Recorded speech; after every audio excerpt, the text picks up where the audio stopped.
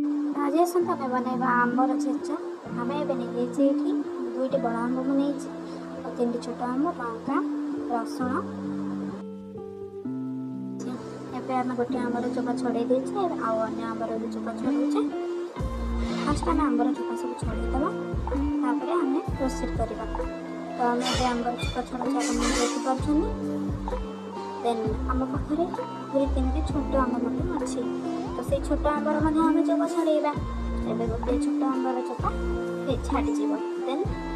2टी छोट आंब आम छड़ेदे सबुत आंब हो गला काटिदेलु आंब छड़ेदे लंका देन जीरा गुंड प्रस्तुत कर जीरा गुंड प्रस्तुत कर सारा आम आंब छेचा प्रस्तुत करवा जीरा गुंड प्रस्तुत होगा देन आंब रखिकी गोटे छेचिया और बाटिया आरंभ